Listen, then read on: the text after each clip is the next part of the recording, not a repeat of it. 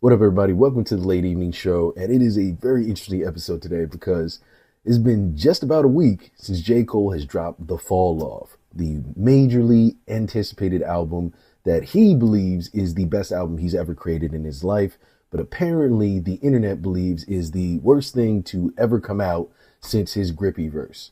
I don't know what is happening right now, and I'll be honest, as a J. Cole fan, a beginning J. Cole fan, I'm talking like the warm up, right? Friday Night Lights, who that type of J. Cole fan, I'm offended. There's something about the J. Cole hate that feels a little bit forced.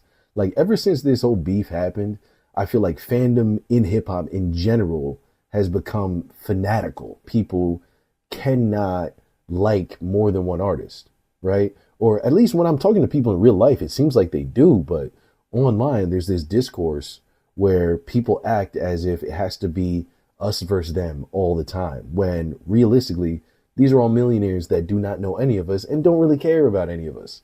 They make great music, enjoy the music. There is a huge consensus when it comes to music reviewers simply not liking this guy and trying to poke holes in his work, you know? And listen, I'm fine with someone being objective, but there always seems to be this just extra layer of nothing will ever be good enough for you when it comes to J. Cole. There's just something about this guy. I don't know what it is. I don't know if it's the fact that, he's just too chill and he's not really all that aggressive.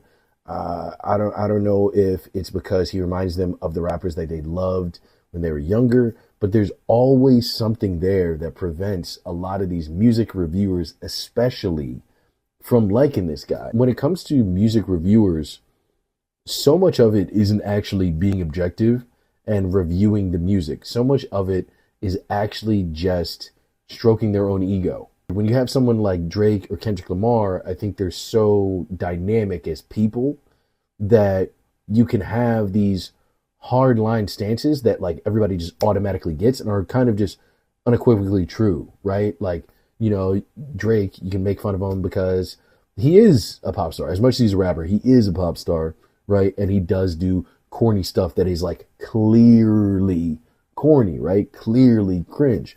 Kendrick Lamar is a great rapper. It's very, very obvious. He is an amazing artist. He's a Pulitzer Prize winner. Actually has the highest amount of Grammys, I believe, for a hip hop artist. He has 27. So when you talk about either of these guys, everything is very clear, right? But J. Cole, no pun intended, is the middle child. He's this guy who has won Grammys. I believe he has won Grammys. He is in this big three. He is ridiculously talented, regardless of what you think. You know what I mean? There's certain times where people might not like somebody, but what they do is just so clear that you can't really deny it. And that's really what he is. A lot of times when you're a kid, people are always going to tell you like, hey, you can do whatever you put your mind to. If you work really hard, you can get it. I feel like J. Cole is that for hip hop. He's not a gangster dude. And even when it comes to being the super underground lyrical miracle guy, he is that, but he also doesn't fully fit into it. He's a little too mainstream, right? Like I said, he's the middle child when it comes to the big three, right? But somehow, because of his hard work ethic and him just being a genuine person, he pulled through. And I feel like that bothers people. Like, I think it bothers them that he's simply just there because he's worked extremely hard and he's very, very efficient. He's not there because he's some like weird savant. Like, as much as you hate Drake, he is a savant. He is a pop savant, right? Kendrick Lamar is the other side of that. He is a hip hop, gritty savant, right? When it comes to like black art and black music, right? And then you have J. Cole, who is incredibly, incredibly talented, but at the same time, you can tell it was less intrinsically in him than it was with the other two. I can imagine how many times he got told no before he got told yes. Whereas the other two, I could see them just kind of being around, still working extremely hard. There's no one at that level that doesn't work hard, but working extremely hard, but immediately having people be like, who's this person? Right? And that changes things. Whether it's Kendrick Lamar or Drake, they kind of exude this I am the king energy. Whereas J. Cole kind of has this energy of I'm just a regular guy, which to me, if I'm being honest, is also a bit manufactured from him. I think he likes the fact that he is the middle child. He likes the fact that he doesn't exude that God energy, that he can turn it off and turn it on. But I think because he can kind of turn it off and turn it on and he tries to control it, a lot of people don't respect it, and therefore they don't see him as great as he truly is. I don't know. I mean, maybe I'm just glazing. But I've always thought this dude was insanely talented. And even listening to this album, The Fall Off, I think it is a brilliant album. And I'm not just buying into all his stuff. I don't think so. I've been a fan my whole life of his stuff. But I really do think that this album is by far one of his best. And the fact that all of these people keep giving it a 7.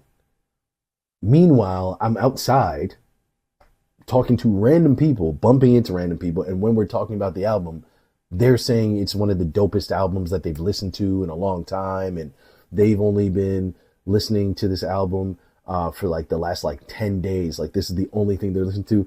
I've met a bunch of people saying that. And not like people that I know that I would immediately just know that they would favor J. Cole. These are, people that I'm doing catering jobs with and like random day jobs with. And they're telling me, yo, you listen to that shit? Bro, it's fire. And I feel like this is one of those things, right? This is one of those issues where the industry of music critique is not reading the audience that is consuming this stuff. And usually the music critique side of the argument is correct, right? Usually it's the music critique side saying, hey, this mumble rapper, I don't necessarily like this mumble rapper. He's not really trying anything, changing anything, right? What is he doing? Okay. But this time I don't really feel like it's warranted because they're acting like he's not doing anything, but he's done quite a lot. I'm not trying to throw my cape on, but I feel like they're just not acknowledging it. I won't say that they don't understand it, but they're not acknowledging it. One of my recent favorite streamers, FD Signifier, recently put out a couple videos about J. Cole, and this is one of his newest ones. I'm assuming that is kind of in defense of J. Cole, and I want to see what he has to say about all this stuff. Solid 7.5.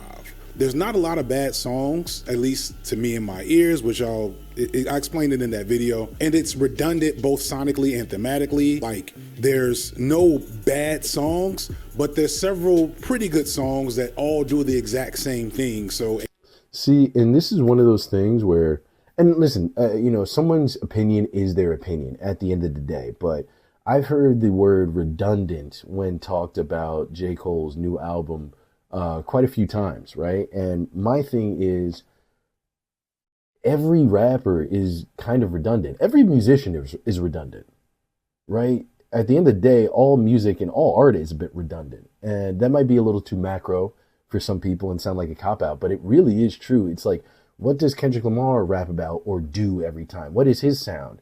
It's the same sound that he's essentially had, just maybe more advanced or slightly more ambitious, right? Same thing with Drake. We've been asking him for a hardcore hip-hop album forever, and he sticks to hip-hop mixed with R&B no matter what we do, and he just slightly changes over time. The same thing is for J. Cole and for every other rapper who has ever made an album. And when people act like, they bring up these words like redundant, like it only applies to one person versus everyone else, that's what kind of really kind of gets to me and annoys me a little bit, especially because I feel like this album, in a sense, was redundant on purpose. So obviously we all know the concept of the album, right, is aging in reverse, right? He's kind of going over his life and everything like that. And it's just kind of going from obviously when he was 29 to, around his age now where he's 39 and where he is and a reflection, right? So just inherently reflecting on anything makes things redundant, right? Because as Fantano said in his earlier video that I was watching a few days ago, J. Cole has already talked about these things before, right? One of Fantano's main critiques was he was saying this would be an interesting concept if we hadn't been listening to J. Cole since he was young. You know, it's like, oh, you're making an album called Disc 29, but we already listened to music from when you were 29 years old. We don't need to know where your head was at when you were 29 years old. We already know. My rebuttal to that is you do and you don't, right? There's a lot of things in life, especially when it comes to traumatic stuff or even just like self-development, that you don't fully understand until you're out of it. You don't fully understand the puzzle and what it looks like until you finish the puzzle, right? And I think that is what J. Cole is doing here, essentially. He's being redundant on purpose. You know, you can call it like, oh, he couldn't make hard sounding songs back then, so he's making hard sounding songs right now. But the way I interpret it when I'm listening to this stuff is that this isn't simply just him trying to do what he did back then. I think a part of it is that, you know, partially, but I think it's also a mixture of the raw feelings he had when he was making these things, right? A lot of times when you're younger and you're in a new industry, right, you're trying to make waves, you don't want to piss anybody off and you don't want to do the wrong thing, right? We've all been a new hire at an office, right? You're the new hire. You're looking around, seeing which old lady is the snitch. Can I come in here high? Can I not come in here high? We've all been there, right? We're trying to learn the boundaries of everything. So you're acting a lot more proper than you necessarily would, right? You're tiptoeing. You're treading lightly, as some people would say. And especially if we know anything about J. Cole, Mr. Apology, it would not surprise me that that would be the type of guy that he is. So this is now him removed from that part in his life, now fully looking back on it and being honest about how he felt in the moment, right? A lot of the reasons that I think J. Cole wasn't making harder music when he was younger, he didn't know where he fit in within the hip hop realm of things. So he was trying to do this super calm Nas, you know, the Nas of I Ruled the World type vibes, right? He wanted to be that guy. He wanted to be the one in between the party guy and in between the radical, super, super hard head bop guy, right? But that doesn't mean that he didn't feel like he could be the hard one on the inside, right? He was worried about his deal with Jay-Z because the first album didn't really do that well, right? So he's trying to get in where he fit in. So that is gonna change your music. And that is gonna inform the sound that you come out with, right? Now he is 39 or maybe 40 years old. I'm not exactly sure how old J. Cole is. He's one of my favorite rappers, but I'm pretty sure he's in his 40s now. And yeah, he's looking back at this and he's like, yo, this might be the song that I kind of wanted to make when I was younger, but this is also the raw feeling I had that I wasn't allowed to share, right? You know, this dude, you got to realize, like, all three of these guys had OGs, right? Drake, his OG is Wayne. Kendrick, his OG is Dr. Dre. And J. Cole, his OG is Jay-Z, right? And Jay-Z is the most stoic out of all of the three, right? So I don't think that he would have allowed him to talk as much shit, do as much brazen stuff, and really make an album like J. Cole made, on this new double album, right? I think most likely that's why J. Cole's first album was not so great. It was a lot more commercial. It was like him trying to be something that he clearly was not. And something tells me Roc Nation was most likely behind that. Or the pressure that they were kind of giving him made him feel like he had to be that way. So he did that without them telling him, right? So this is just a more raw, honest version of how he was feeling and who he is during those times. And he's now putting those things in for real context of who he is as a human being.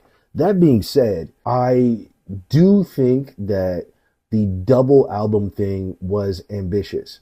I'm a huge fan of this album. All the songs on this album are great. Regardless, like, I think he should have released them separately or literally just maybe cut out, a few of the songs and just made like an 18 track album or something like that.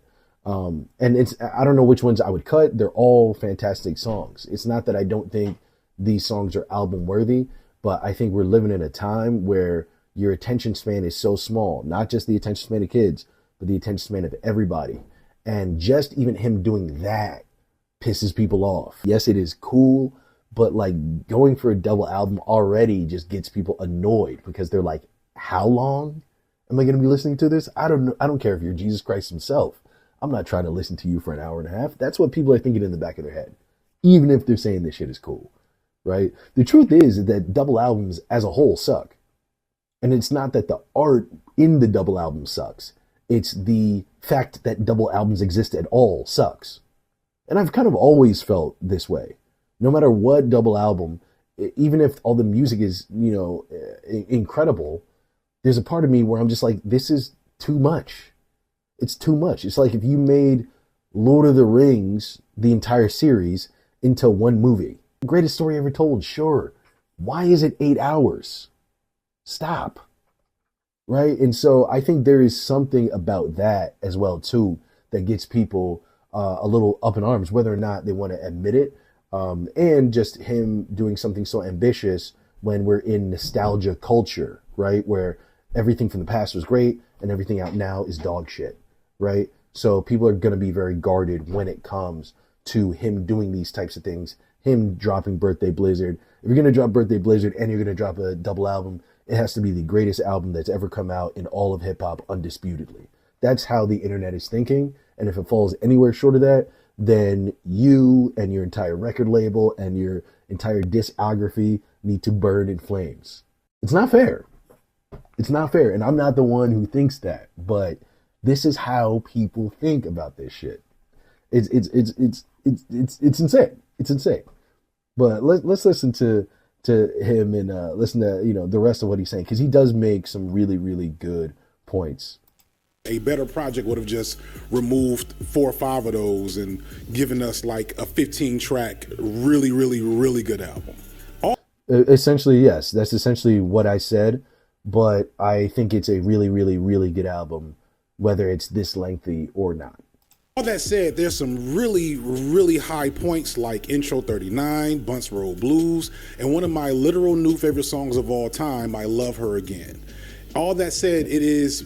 That is number 1 too. I Love Her Again is like, yeah, that was crazy. I'll be real with you too. When I listened to this album, the reason I love it so much too is I did pretty much listen to it all the way through. I expected, to not like it as much. I'll be honest. When people hype things up, I didn't expect the album to be that great. I thought maybe this would be a fumble for him. And then I smoked a little bit. I played that album. And before I knew it, I was on disc 2 toward the end. Like, it mixes so incredibly well, and I feel like no one even brings stuff like that up. The entire quality of this album and how it is crafted and, really, put together. It's put together with just so much thought. And I feel like it's just getting dismissed because people want to put out videos. They just want to put out videos or get a tweet with 1,000 likes. Best described as the most J. Cole album J. Cole has ever made. And I find that fascinating because J. Cole is really unique as a figure in hip hop past and present. And his unique presence and experience in the hip hop game and hip hop culture is more interesting to me than his music has ever been. I will say this. I agree with him when he talks about that. I think 2 things I will say here about this album and just about J. Cole. Number 1, I think in the years to come, a lot of rappers that are going to be the new popular guy, whether they're out now or they will come out in the next 5 years, the next 10 years, they're going to take a lot of influence from this album and never admit it. I think this album is something that right now everybody's going to question and use as a little punching bag to hit J. Cole, but in 10 years, this is going to be a bona fide classic, undisputed, and nobody is going to be able to nitpick any of it. Because I do actually think it's that great on a whole different level. The lyricism is amazing on it, but also just the production and the level of storytelling. Whether or not people have told stories about sad black people in the hood, which they have forever, and all these other rappers have done, these stories are incredible. These stories are incredible and touching and real and vulnerable and honest. And I think the way that he approaches them and the constant way that he seems to be mixing hip hop, country, and rock and roll, especially like acoustic guitar, is really going to catch on, right? We've seen country and hip hop kind of meld with each other a little bit, Shabuzi, whatever, and those idiotic MAGA rappers, right? But I feel like the stuff that he was doing with like the Let Out, right, and then Intro 39, I think there's so much that he's offering that is just the tip of the iceberg of what can happen if hip hop and rock really start to meld together in an intentional way. I mean, obviously, Kid Cudi and all those people have been trying to mix and match for a long time. But I feel like there's something different about what he does on this album. Kid Cudi has always been on the cutting edge. But if you're talking about somebody like, I don't know, maybe Trippie Redd or like Lil Uzi Vert, I feel like they're the type of person who more or less clung to the rock and roll aesthetic, but not really the rock and roll sound, right? Like they're doing drugs, they're drinking, they're tattooed up, they're going crazy. It's rock star lifestyle, look insane, right? They dress all sorts of insane, right? But when you listen to their albums, for the most part, as far as I know from Trippie Redd and Lil Uzi and stuff like that, there's not really a lot of like finger picky guitar in there, right? There's not a lot of instrumentation in the way of like classic rock and roll, right? And what J. Cole is doing is a lot more of that. And I'd heard already, artists like Paris, Texas, which is one of my favorite groups. I could call them a band or a rap group. They're fully melded together with rock and roll and hip hop. But I think he's more taking it to the mainstream in more of a way. Because like I said, when hip hop artists were often saying that they're blending with rock and roll, they're more blending with rock and roll aesthetics rather than rock and roll instrumentation and like songwriting. Number 2, you guys thought I didn't keep that train of thought. I fucking did. And I smoked weed today. But look at my attention, okay? Number 2, J. Cole will go down in history as the greatest rapper to ever live. The greatest rapper of all time. And when I say the greatest rapper of all time, I don't even really necessarily mean like the greatest lyricist or the greatest artist, but like just the dopest guy. Like, I think it's always been who's the best spitter or who makes the best songs, right? And whoever's the best spitter or makes the best songs is just inherently like a really, really cool guy, right? You want to talk Biggie, you want to talk Tupac, people like that, Big Pun, right? DMX, right? They're just inherently cool guys, right? But I think the way that J. Cole is cool is so much deeper and so much more genuine in a way that people react to it in a very, very different way. Like even just documenting this whole trunk sale thing, right? People are going apeshit for this man. They're running around, surrounding cars and everything, showing him nothing but love. And on top of that, he's still able to like calm them down and stuff, And that's what I mean is like, that is what makes him great.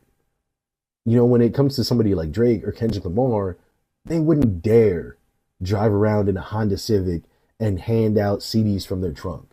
Like, this is a dude that it's beyond just a respect for hip hop. It's like an insane love for what this shit truly is. And it's not like, I'm this and you're not. Like, that's what I feel when it comes to a lot of Drake and Kendrick Lamar is like, Drake is like, I'm that fly nigga who can get you done up. You're not. Sit over there. Sit in the corner, right? And then, of course, Kendrick Lamar is like, bro, I am the culture. I am Black America. So, and you're not. Who are you? I got to check you. Let me see what you're into, right? Let me validate you. J. Cole is just a guy. He's just there. Like, I can just see this nigga just being around. And I don't even think people would like swarm him. Like they would once they realized who he was. But like if he was just like walking down the street, somebody would be like, "Yo, you're J. Cole." He would dap him up and be like, "Yeah, yeah, that's me, bro. What's up, man?" And they just keep it moving. I feel like he would keep it moving, and the person who stopped him would just keep going too. Like there's something about that, and he just has this almost like Nelson Mandela kind of energy, like a true man of the people energy that the other guys just do not have. They're just not into it. And I feel like that is what connects him so much deeper to fans than other people. Like that's why all these people on the internet are like, "Yo, this shit is mid, and this is mid, and I don't like this, and I don't like that, and this is redundant, and blah blah blah blah." And they're looking at right his fans, and they're like, "Yo, if I think this, and all these reviewers are saying this, it must be true, right? And how come like these people are still so into this guy?"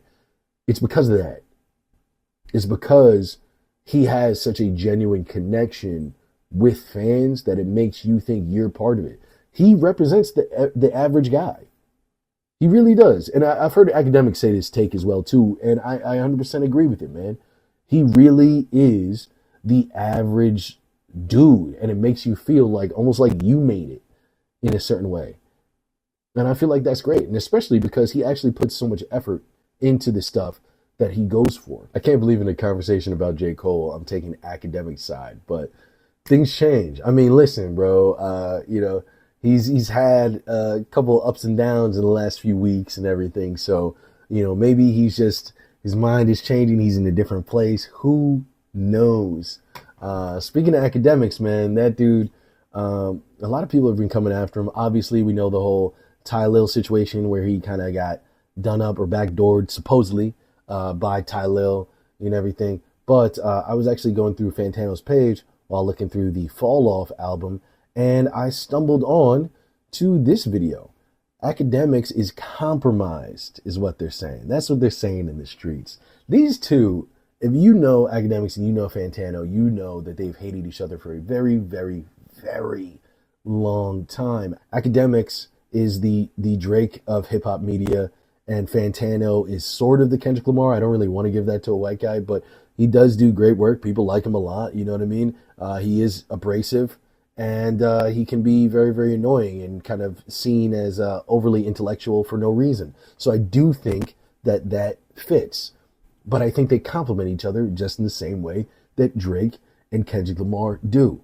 Who wants to be living in a world where you only have one flavor? You need the variations. You need the balance. You need the light and the dark. That's not a race thing. That's just a yin and yang thing. Okay? It's just an energy thing. Don't come at me, people. We're going to go into this because he has been essentially coming at Akademiks. They've been coming at each other for years. In fact, that's why Akademiks put me on his live stream that one time, was because I made a video about Fantano. So they've been shitting on each other for years, but now Fantano decides to come out of the woodwork and do his own hit piece. So we're going to see what this is about. I feel like every single time I have to talk about DJ Akademiks on this channel, it's because he's doing or saying another thing that just further proves he is the biggest, fattest, most veiny. Whoa. Whoa. Here's the thing about Fantano. Like, he is a hip hop dude, sure, but he just gives off too much like suburban white guy who's into hip hop vibes. Like you're talking biggest veiny. What are you doing, man? You gotta know your clientele. This is black media. That is pause-worthy stuff. Okay? Those are some pause-worthy words, okay, sir? I don't know where you're going with this. Let's see. Horrid and ugly, hideous hemorrhoid on the... Okay, hemorrhoid. All right. I didn't, I thought it was going to be another thing. Watch yourself. The ass of music journalism, which, shockingly, I'm not saying because of this recent clip where he's talking about how cool and logical Nick Fuentes is. A man I would never think I would have to mention more than once within a month's time on this channel. Shout out to the boy Nick, though. Nick's a cool dude. Oh, There's one time I was like, I would never be in the same room with him. Now he a cool dude, though. See, and I will say, so aside from what the video is about, I will say that this, I truly think, is the the core of all of Akademiks' issues is kind of his, not just his political views, but who he aligns himself with when it comes to live streaming, right? The political views are awful anyway, but you're entitled to have those views. But I think being on screen with people like Sneeko, Aiden Ross, right? Saying things openly like Nick Fuentes is a great guy, possibly hanging around with Nick Fuentes. Who knows? I'm not saying he has, but you know, he hangs around people who are like serious conservative people and say a lot of nasty, vile things about people who do not look like them. Let's just say that. So it wouldn't be much of a surprise if he did hang out with Nick Fuentes at one time or another.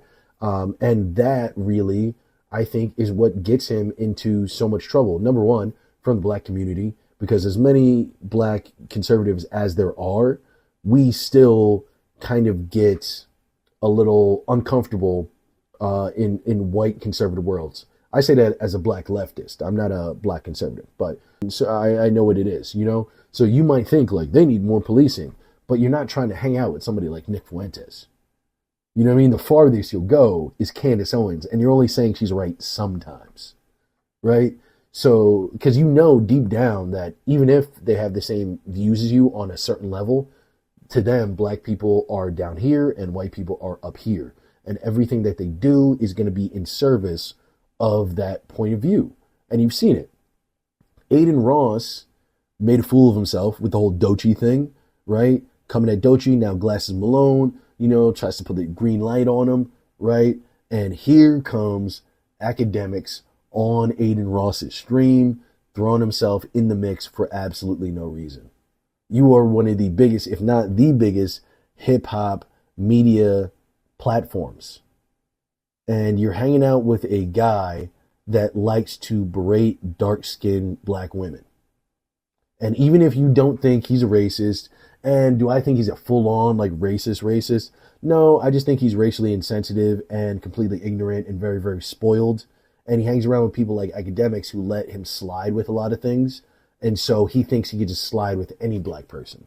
And when he isn't allowed to slide with any black person, he gets his other black people like Pokemon and he deploys them. And that is when DJ Akademiks and Whack 100 come out of the woodwork to work their magic and kind of work him back into black media indifference. After a while, those things can't really be removed from you, right? It's like you get a white towel, right? And you pick up a pile of shit with it, right? The first time you can wash that towel and the stain from the shit is gone. But if you pick up piles of shit with it every day, that's your shit towel, right? At some point it gets dingier and dingier and dingier and dingier. Doesn't matter how long you soak it in OxyClean, it's fucking dirty. It's a shit towel. And that is what I fear that Akademiks' platform could become, a shit towel of the white live streamers' point of view within hip hop media. We don't need that, and I don't think any of us want that. But for some reason, he continues to conduct this stuff and act this way, and I think it's not going to end well. It's not going to end well. But let's go back to the video. When he go off on some little racist tangent, I don't like that. But like, I like his logical, like he'll make logical arguments, and I'm a logical. But no, an even bigger story has seemingly just come out where Akademiks has just admitted multiple times on camera to receiving a large sum of money for favorable coverage of a particular artist, in this case, Lil Baby. Austin, will you roll the clip?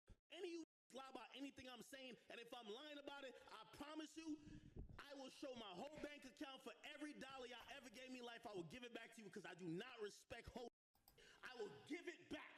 P, Baby, the entire, and I'm telling you, even Universal Music Group, Capitol Records, Motown, I will give every dollar back. Baby. And so, listen, we know this whole situation with the whole Lil Baby, possibly Ty Lil doing the whole backdoor situation. I think that is where he's getting this live stream from, right? Is the live stream that Aiden Ross had with Akademiks and a couple other guys. They're talking about Ty Lil. They're talking about the entire situation. We know this, right? The real issue is the whole payola thing. This isn't news. We've all known that Akademiks has been doing this for a very, very long time. He's said this about Lil Baby even in past live streams. If you watch Akademiks' live streams, you've seen him talk about getting paid by record labels in order to boost certain hip hop artists. This is not a new thing. So yes, is he compromised? Absolutely. But have we not known that he's compromised? No, he knew the whole fucking time. Number two, payola is how hip hop has always worked. And this is my thing when it comes to social media and like YouTube. It created a whole new wave of people who create content, right? Interviews and documentaries and all that stuff. Amazing, right? A lot of people who weren't able to get into these industries can now just make videos from their home and millions of people can see it and they love the content, they watch it, they do it. That being said, a lot of these people who are in this new age of media know nothing about the old age of media. And a lot of the old age of media was heavily, heavily curated and heavily paid for and invested in, right? It's the same issue where people talk about industry plants, right? I brought this up on a past podcast that I used to have, where the word industry plant really is just what people used to call getting discovered 20 or 30 years ago, right? Where, yes, don't get me wrong, there are certain people who are just born and raised into shit, Nepo babies, right? That's a real thing, and, that can be fucked up, whatever, it's its own thing, right? But when it comes to industry plant, whether you're talking Jack Harlow or Ice Spice, whoever, right? These are regular people. And getting discovered was the same thing. Somebody would just put out a video, some agent who just spends all day watching videos or buying cassette tapes in the 90s, listening to the new artists who put something out, or just walks around the hood, bro, knowing different areas that hip hop artists are known to congregate, and hears these people. They hear their work. They think, yo, this person not only sounds great, but their voice and their image is very, very marketable, and I can help them do that. And they tell that person that, and they put money behind that person. They introduce that person to all these people in the industry, and there's nothing wrong with that. The same thing goes when it comes to payola for hip hop media entities, right? Someone like DJ Akademiks. This isn't an expose. We've all seen the rap video or the movie with a rapper in it where, he's lit in the city, right? And then to really go mainstream, he goes to the local radio station and he bursts in and he drops like a duffel bag of money on the table, right? And they're looking at it and they count it and they're like, this next song is the song that's be hot up in the city. A legend that you all know, that I know, we love. Listen to this motherfucker. Bang. And then it's the whole, it's history. It's almost like that. It's almost like that Back in the Future. Yo, this is Marvin. You know me, Marvin. That song you looking for, right? It's that moment. That has happened in like a million things, whether it's a TV show, whether it's a movie, it's been there. We've all had that hustle and flow moment. And that is because that was real. That is how your favorite rapper from the 90s got on, right? That's how people like Jay-Z got on. Why do you think he was a millionaire before hip hop, right? Because he was financing all this shit. This is how he was independent at that time.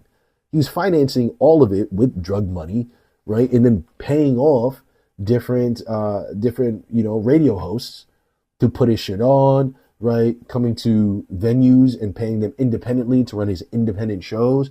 That is how things go, and it has always gone that way. And it doesn't mean that an artist is illegitimate because they've gotten more followers or more listens through something like that. So when it comes to Anthony Fantano talking about all this shit, I understand where he's kind of coming from. Like, this guy's a fraud. Like, he takes money, but they all take money. Joe Budden takes money. Akademiks takes money. Rory and Mal take money. And to be really, really honest with you, I feel like Fantano probably should watch his step, because I would not be surprised if he has taken money in the past, or he'll eventually take money in the future, and a video like this is going to come off as very, very bad. because he's condemning people for something that is very, very done in the hip hop game, just the music game in general, right? Even if you're not taking money as an actual straightforward paycheck, it might be some sort of favor or anything, right? They all accept it one way or another, and it wouldn't shock me if Fantano did as well. So, Fantano, if you're watching, don't throw stones in a glass house. Even though, I mean, I'll be honest, you have a bit of an empire here, and I would love to have the glass house that you have. What do you think I'm doing here? All right, we're getting out of hip hop. We're done with hip hop now. We're finished. We're getting into the real world, people. All right, and my real world is conspiracy theories. All right, people. This is the era of conspiracy theories being proven right, and I'm here for it. I'm upset about it. I'm angry about it, and I trust no one. But I'm here for it. I love when my paranoid delusions turn out to be correct. And today we were talking about the Epstein files, everyone's favorite paranoid delusion that became reality. Incredible thing that's happening right now. I mean, I feel like a lot of the people who have been the elites that have been expecting this stuff to just go away from the moment it came out. From the moment Jeffrey Epstein got arrested for the second time and it became publicity, they thought they could just push it away. Then he passed away, right? Surprisingly, on his own terms, apparently, right? And they thought that could just make it go away. Then every time it would come up, they'd be dismissive of it. Then the right started using it as a way to get their people elected. These people used it as a weapon against the left, making it a partisan issue, which it's not. It is a bipartisan issue. There are plenty of liberals in there that are disgusting PDF individuals, and there are tons and tons of right-wing individuals who are disgusting PDF individuals. Both need to go, both sides. It is not about whether you are fiscally conservative or if you are a blue-haired liberal. If you are talking to a child and getting them onto an island or doing anything with them, you need to go. And I feel like the American public has a pretty solid consensus on this, and I'm proud of us. Listen, there's always going to be the MAGA cult people that are in it to win it. Their heels are dug in, right? But I am proud of us normal people out there who are not letting this go. We've all seen the whole Pam Bondi hearing that is happening, which is just laughable. She's clearly not answering stuff. She's not answering anything. She's not answering any questions about anything. But what I really want to talk about is, of course, Joe Rogan and his refusal to be honest about his friends and the people he's been platforming and how he's been trying to act like he goes against the deep state, but he is, in fact, the deep state himself. It's crazy. And the fact that Joe Rogan has had a lot of the people on that have been to this island and have spent so much time with Jeffrey Epstein is truly, truly sad and just ridiculous. His name redacted. Why would your name be redacted if you're not a victim? Like, this is because he's one of the perpetrators and they are protecting a very powerful person. You know this. What's crazy about all this. Like, how come you redact some people and you don't redact other people? Like, what is this? This is not good. None of this. It's not good, but if we want to get the redacted people, we could just have on half of the past guests you've had on your podcast in the last few months, right? We just go through that list. That list is essentially the Epstein list. Good for this administration. It looks fucking terrible. It looks terrible. Yes, it does. You know, this whole thing, what's crazy is, obviously, Joe Rogan is dealing with all this stuff, but I feel like it's kind of split the MAGA Rogan sphere, right? You have Andrew Schultz, who is openly denouncing all this stuff right now because I think he sees the tide turning. Same thing with Tim Dillon. Again, it's not necessarily because of anything specific. I don't think it's because they're fully against the Epstein files or against ICE or anything like that. They don't care, but they know that optically, visually, all these things are very, very unappealing to the moderate person. And the moderate person is actually the majority of humanity, right? So that is going to destroy their viewership if they're sitting here cheering on all these evil, evil people. So they buckled. Thank God they did. Hopefully some people come with them to the other side. Joe Rogan, though, is like a 2-year-old kicking and screaming. And a couple of his other friends are the same way. Brian Callen on The Fighter and the Kid.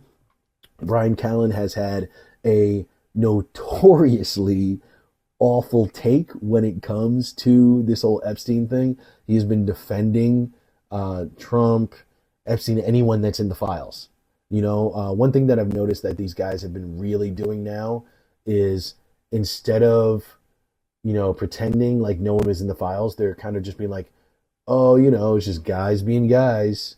And it's like, I don't know any guys that want to hang out with a bunch of 15-year-olds when they are 65. I'll tell you that right now. Those aren't my guys. Those aren't the guys that I like. Okay?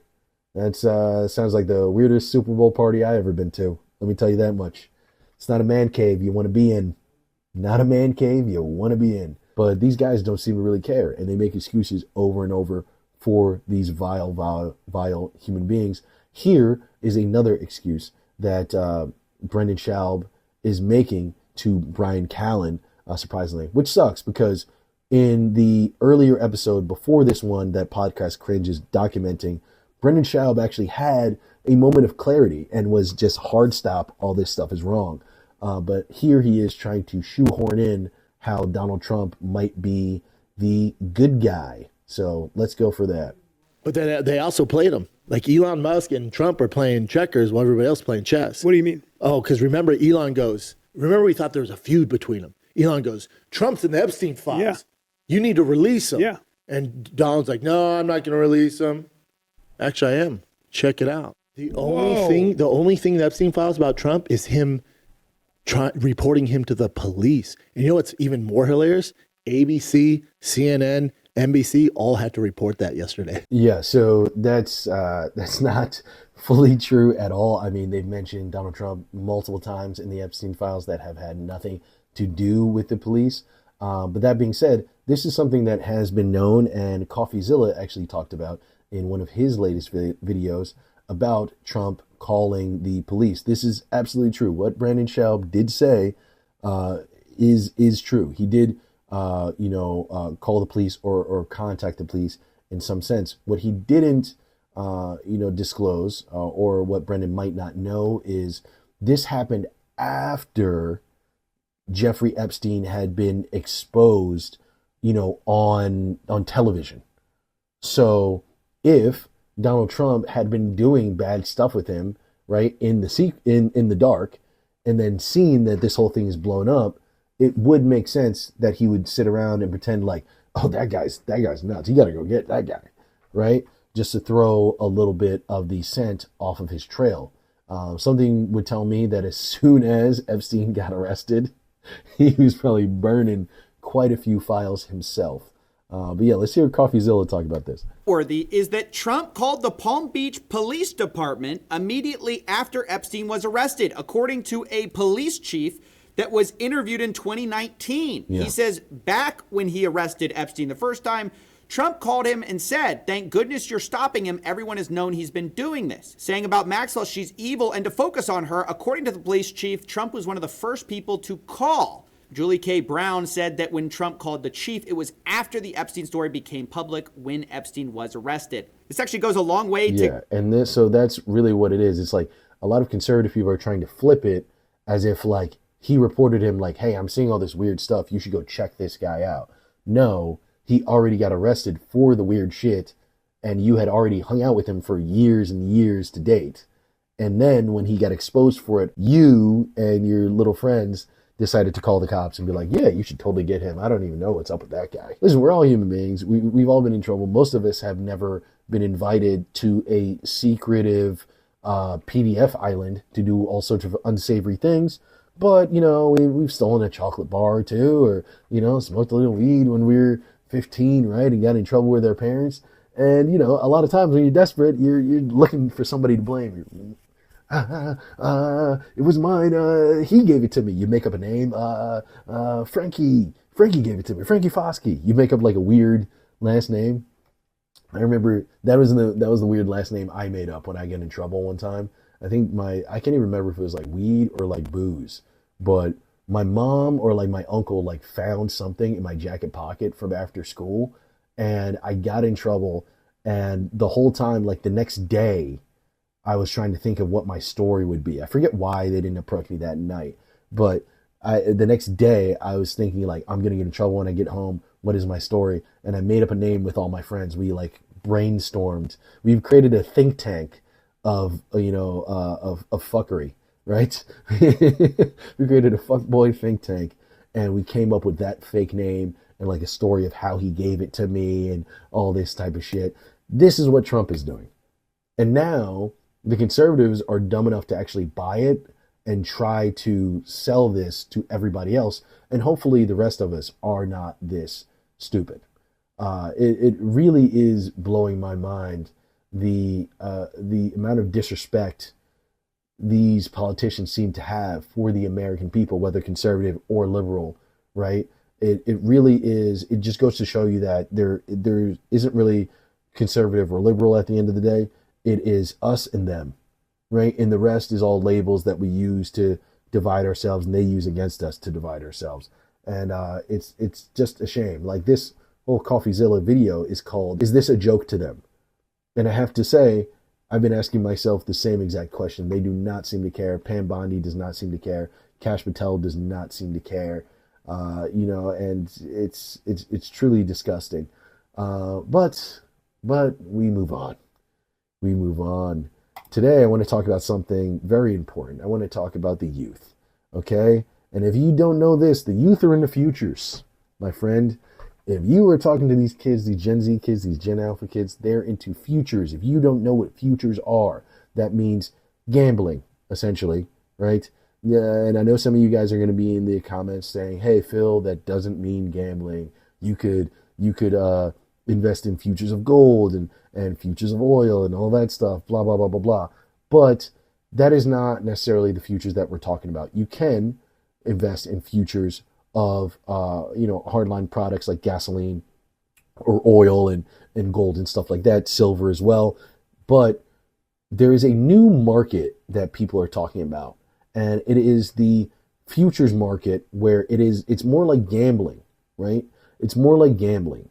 You have Kalshi, and then you also have polymarket, which is something that has been around for quite a while, but is now kind of being pushed out to a lot more people and being marketed a lot. You might have heard of polymarket before, and the reason you heard of polymarket is because in 2024, they were the app that was taking bets on who was going to win the 2024 election, and they showed that Trump was going to win in a landslide, and he essentially did, whether or not you think that voting was fraudulent or not. He did.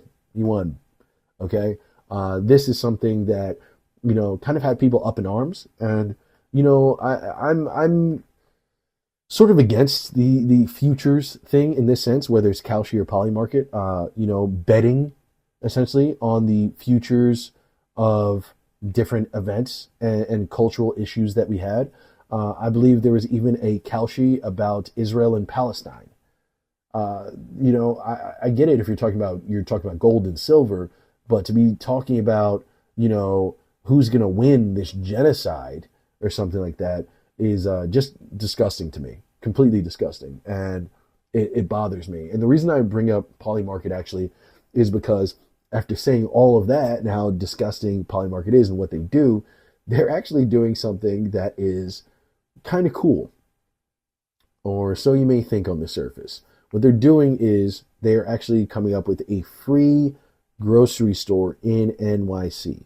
Yes, you've heard that right. A free grocery store in NYC. So essentially a food bank, right? As everybody knows it, it's just a food bank with nicer stuff in it that you would actually buy at a supermarket. If you've ever been to a food bank, you would know that most food banks kind of have shit in them, right? They have pasta, they have a bunch of canned goods, and maybe some lightly bruised fruit. And that's it, right? Now, listen, that's not something you can be upset at when you're hungry. You need it, you have it, good, beautiful, amazing, right? But something like polymarket, obviously people are going to respond to that more. If you can walk into a market and get Honey Nut Cheerios for free, this is a life changing thing, and a lot of people have been pretty hyped up about this whole idea, but I'm telling you people to be very cautious of this stuff. And I don't say be cautious because there's no such thing as a free lunch. But the fact of the matter is that this is very clearly a manipulation, right? If you know anything about Polymarket, it has a bit of a shady past. It has been invested in by the Intercontinental Exchange, which is the parent company of the New York Stock Exchange. So now Donald Trump Jr. is one of the people who I believe is on the board or one of their major investors in Polymarket. So obviously, if he's involved, something like a free grocery store is not what they're really after, right? If Donald J. Trump, the son of Donald J. Trump, is involved in this, and we know who he is. It's not like he's, Elon Musk's trans daughter or something. This isn't the redheaded stepchild of the family who's doing a bunch of radical leftist stuff. This is Donald Trump Jr. We know him. Weird looking guy. We know this guy. These are not his values. So why are they doing this? If you think about it and you look at it, it might be because of Zohran Mamdani. He is the new mayor of New York City, a very seemingly beloved mayor in New York City. Even though people may be conservative, he does have the overall respect of a lot of people that live in New York. And one of his biggest things is city-run grocery stores. He's run on that. His campaign was basically universal childcare and city-run grocery stores, and number 3 actually, freezing the rent. Right. So this is one of the 3 things. The grocery store. They've been trying to do this whole commissary idea. He recently got the whole free preschool for 2-year-olds thing passed, which is huge. He's been in office, less than 6 months, and let's be honest, most politicians, once they get into office, it takes them about a year to get anything they promised done. And he did that in the first 2 to 3 weeks, right? So it's safe to say that he's very favorable with the people. But his next obstacle, after taking down some landlords and getting the pre-K stuff, is the commissary, or the city-owned grocery stores. With Donald J. Trump Jr. investing in this place, being a major partner of this company, you can see why private interests might be into putting a stick in the spoke of the commissary market idea. So here on Instagram, you'll see that a lot of times when Polymarket is mentioned, either by Polymarket itself or by other profiles, they're always using it as a way to kind of take down Zohran Mamdani, right? And it's actually funny because they've been promoting this whole free supermarket for a long time, for about 2 weeks before it opened. And every time they would make posts about Zohran in that stuff. And now I go to their profile and you can't find it. So they must have been deleting stuff, whatever. I'm not saying out of being scared or anything, but I think they're just like, now we're up here. We're trying to get the attention, trying to get people agitated. Now we don't need it. But you can see this right here with the Scoop US, right? And they're saying Polymarket doing what Zohran Mamdani never could, right? While politicians talk, Polymarket is taking actual action. And they, of course, are talking about this whole situation, the food bank and everything. And we've donated $1 million to the food bank for NYC to help fight food insecurity across all 5 boroughs. And this is one of those things where it's clearly a ploy when it comes to a lot of private companies, especially private companies that offer some sort of service to their customers rather than a hardline like product.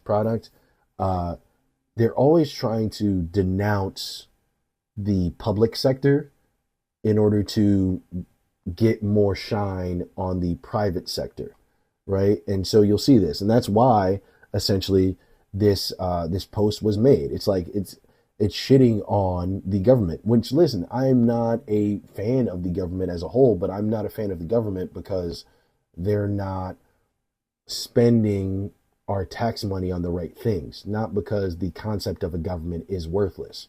That's what private equity and these private companies want you to think, or these publicly traded companies, I could say. Private in the sense of, you know what I mean, Target and all that shit. It's not the government, right? They want you to not have faith in buses and stuff, and not have faith in a publicly run grocery store, you know, and not have faith in this and not have faith in that. Maybe about 5 years ago that Uber said that they were going to do some sort of giant shuttle, right? And then somebody in the comments on Twitter just flamed them where they were like, bro, that's a bus.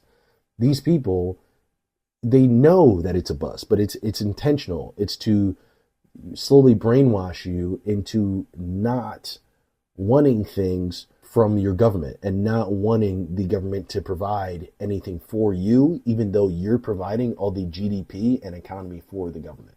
They'll pay politicians a lot of money in order to act in their interests and stuff like that, so that they slow down the public sector. The public sector becomes essentially useless, and then the private sector can come in, take over, get those accounts, and sometimes even get subsidized by the government to make these changes and to take these things on. And it's just a money grab.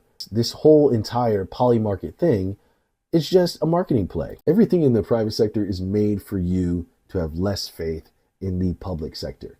That is why they're doing this. They'll give you free stuff if it means you'll have less faith in what the government should be doing for you already, right? That's essentially what all this stuff is. I mean, this whole grocery store thing, why do you think they picked a grocery store? They could have given away anything for free. They picked a grocery store because Zoran said he was going to make groceries more affordable. And they're fighting against a guy who is trying to get the government to provide people with actual things and meet the needs of the people, which is what a government should be doing. But if a government does that, that means people will be buying less things from them, and they simply can't have that. So they're poking holes in that logic, trying to give things away and show, hey, see how easy it is when private companies do this stuff? See how easy it is when we decide to take over? You don't have to care about the government. They're idiots. They're going to take too long with legislation. We'll just give it to you. And I'm telling you, if they ever get enough support to get rid of the Mamdani commissary grocery store idea, and Polymarket is still doing this grocery store thing, which I doubt they will. This is probably only going to be like a 2-week, publicity stunt thing. But let's just say they kept it going, right? For some reason, and they kept it going while Mamdani's thing was going, and then Mamdani's thing stopped for some reason. As soon as Mamdani's thing stopped, they would immediately stop doing this. The main point is just to throw dirt on his name and the concept of people wanting things to be more affordable, right?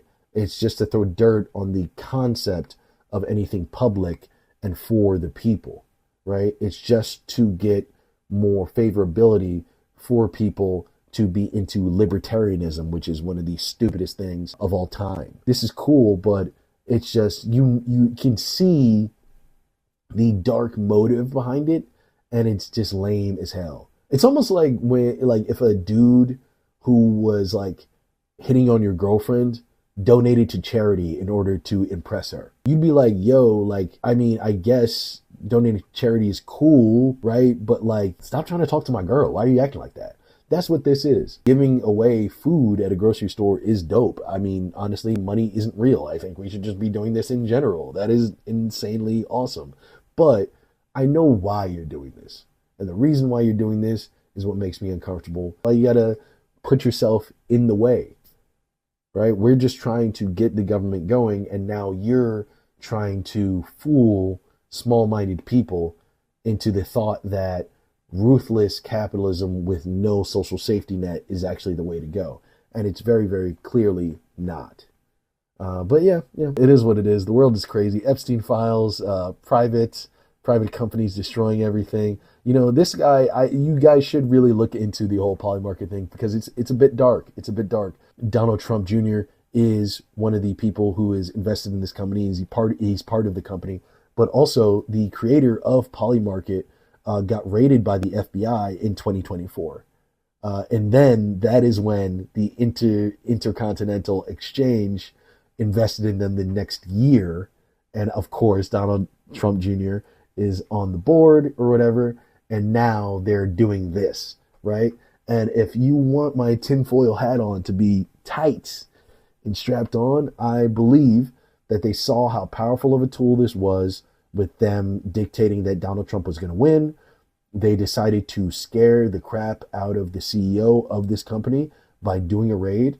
And that basically had the federal government, extort him and just be like, hey, man, we could, it's technically illegal in the U.S. what you're doing. We could put you in jail, or we can buy a huge piece of this, or the people we want to buy a huge piece of this can buy a huge piece of this.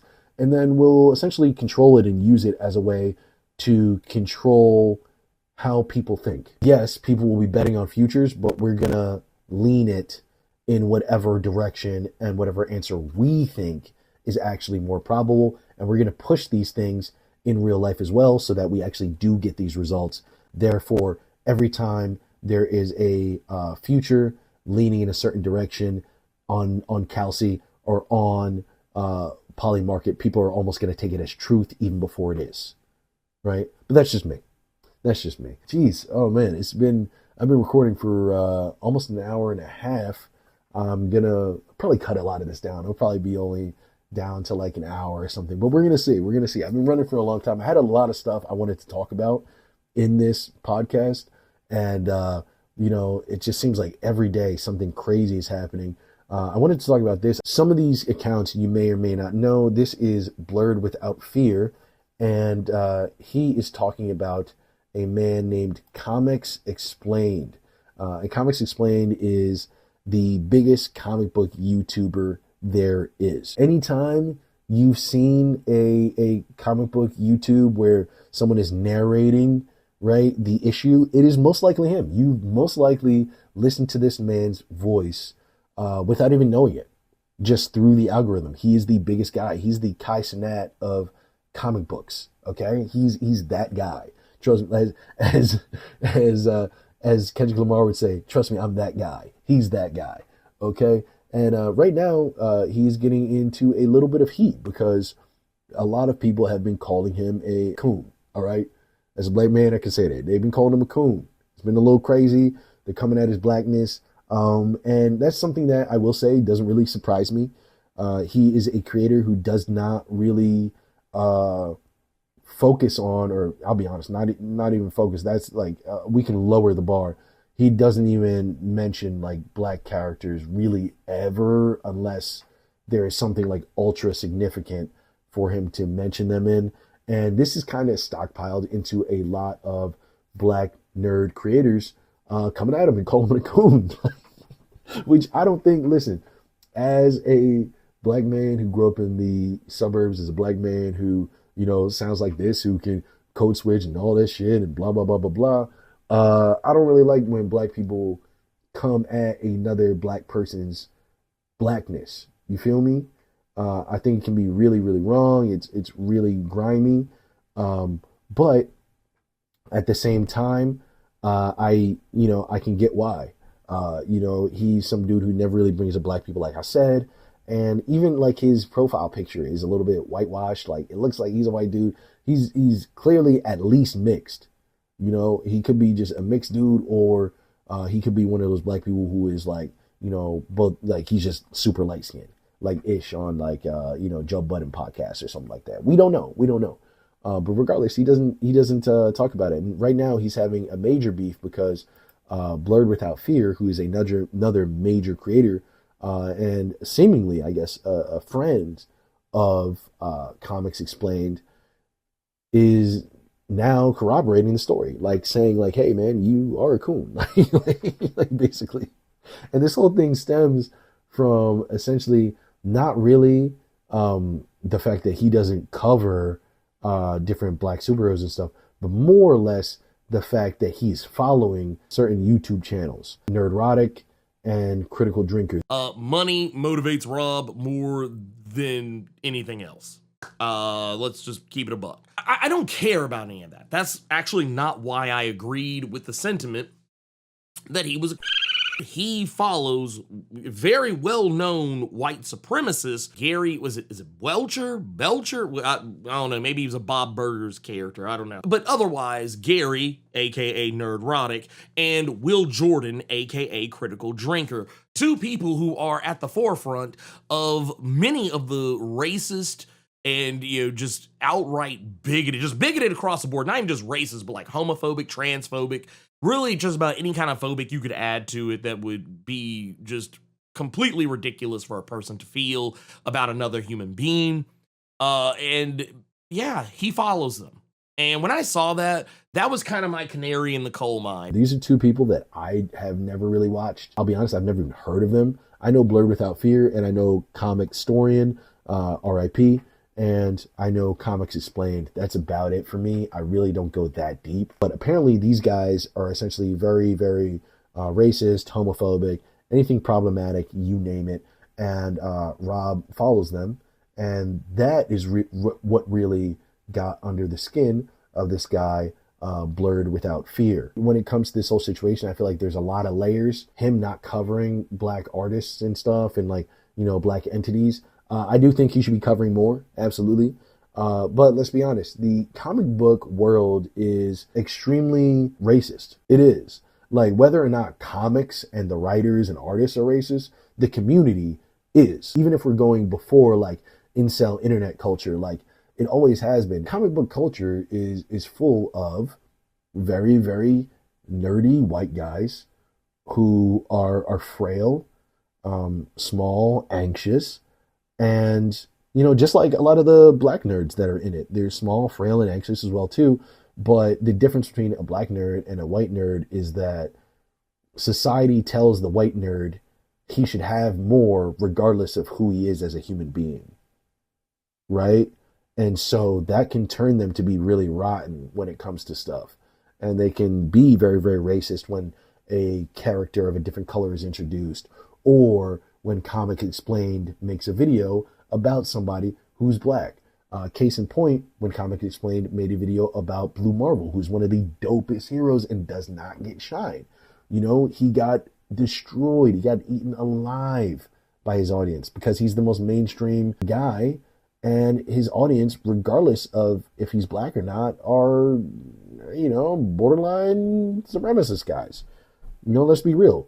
People talk about 4chan guys and Gamergate and all that stuff. Gamers very often read comics, and comics very often play video games. It is a very, very similar world and very, very similar clientele.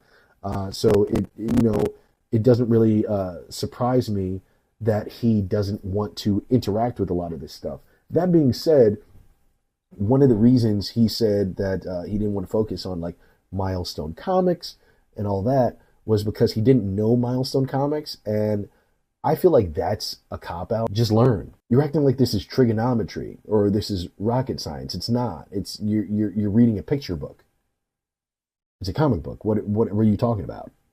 Right? Just learn. Comic Explained, he's just reading a comic to you.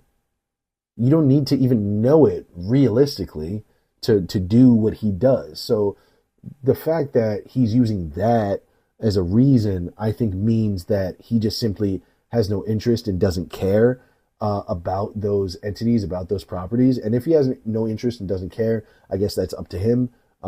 He's his own man, but you're going to have to deal with a lot of scrutiny because of that. And it doesn't matter what video you make or something online on your YouTube channel to defend yourself.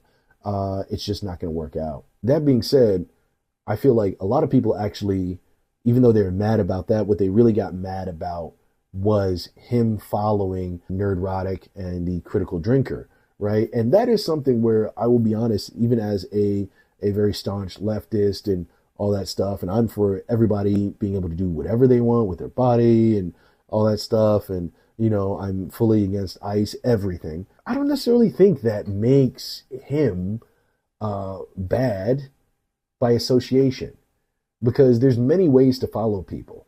It depends on why he's following them and what he's following them for, right? Like, for instance, I don't necessarily follow bad people, but we all hate watch stuff. Like, let's be real. Let's be real. We all hate watch things, right? I don't necessarily follow people who are fascists, people who are racist, right? But just because I watch people like Hassan Abi and Sam Cedar, these other guys will kind of creep into my algorithm because they're essentially the antithesis of that, right? And it's made by the algorithm to get more engagement. They want you to hate watch it. And I'm not going to lie, sometimes I do.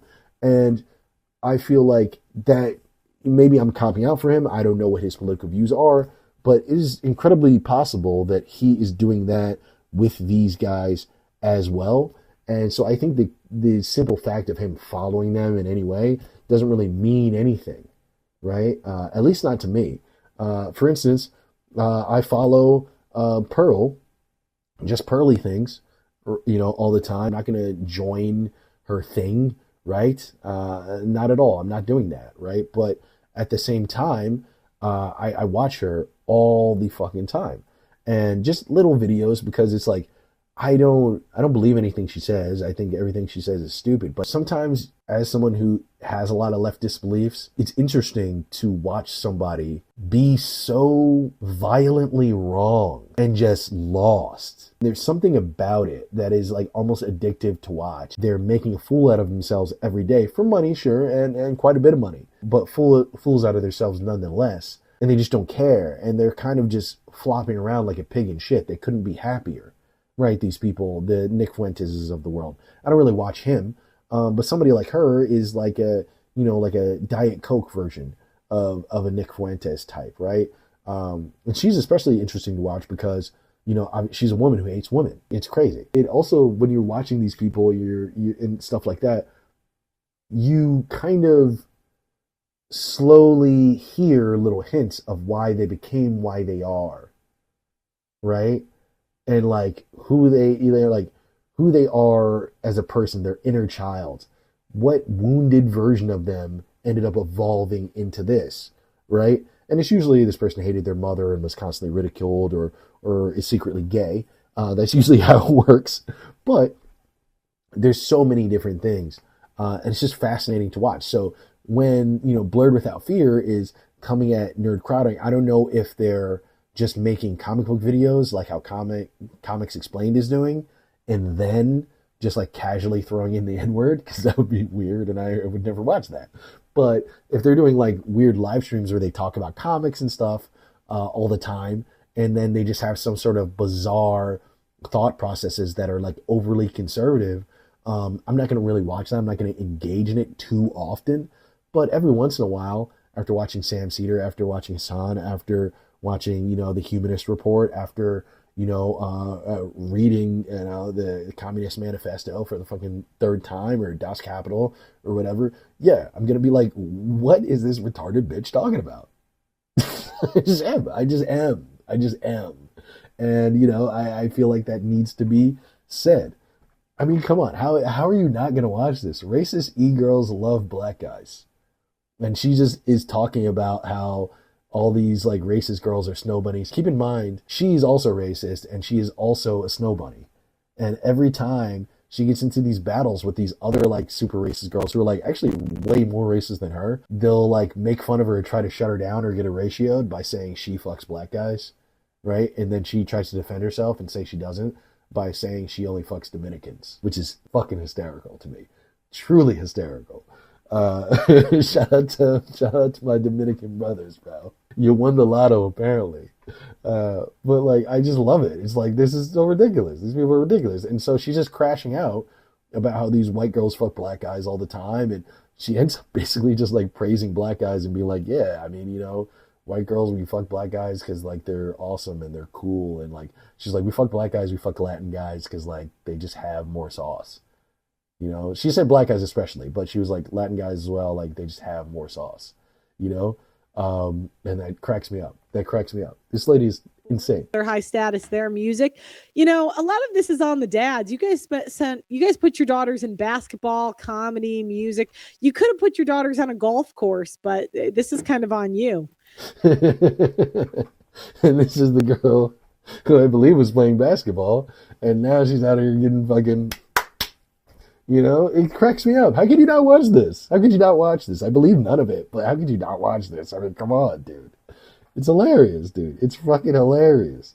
And then, of course, she has her handy dandy coons to come through, right? She has her own comics explained to come through and explain why it's so great to date white girls, and they do date black guys, and but even though they're dating black guys, they're slumming it, and no white girls ever dated like a regular black guy with just like a job or whatever. Fun stuff, good stuff. Beautiful stuff. I'll be honest, like, I understand the whole politics thing and not wanting to follow people and looking at people suspect if they watch certain people, follow certain people. But there is those gray areas. Maybe I'm just cop and please for Comics Explained right now, but I felt I should be honest about that and bring it up. That being said, I do want to check out these guys, because if it's that serious that just by following these people, you think that the person following them is some sort of coon, or you are immediately looking at their blackness and like, I don't know if I can co-sign you. These guys must be pretty bad. So I want to see what this guy is. I mean, let's be honest, it can't be that bad, right? It can't be openly that bad. Let's see. Okay. Oh, all right. What a interesting thumbnail. Okay. Oh, all right. Well, that's a black man crying for some weird reason. I didn't realize it was like that. I'll be honest, I can already feel the vibes. I would watch. Should I watch? I feel like, you know what? No, I'm bowing out. We're at almost 2 hours here of this pod. To be real with you, and I might watch this on a live stream once I get my equipment together, or I might put it on the next episode of the podcast. But I'll be honest, I'm after watching Pearl and just dealing with the current state of our country, I am all conservative out, honestly. I'm being real with you. I don't really feel like watching a bunch of gaslighting for 15 minutes and then trying to break it down. They're probably annoying. These guys have a right to most likely be hated on, if I'm being honest with you. And if you guys feel differently, let me know, because in comic book world, I like the comic book entities, but the comic book YouTube world is something that I'm totally new to. So please get in the comments and let me know about the drama and the truth of all this drama, because I need to know. And let me know if you think I should actually come up with my own comic book and anime based YouTube channel as well too, because I've been thinking about doing that. I might read some comics. I might just critique certain runs of stuff for certain writers. I'm not sure where I want to go with it, but I have an amazing idea for the name for the channel, and I also think I could do some good with it. So let me know. But I'm not going to do it unless people want me to do it, because I need outside validation. Anyway, I'll see you guys later. This has been the Late Evening Show. Make sure to like, share, subscribe, blah, blah, blah. I love you. I'll see you next week. Peace.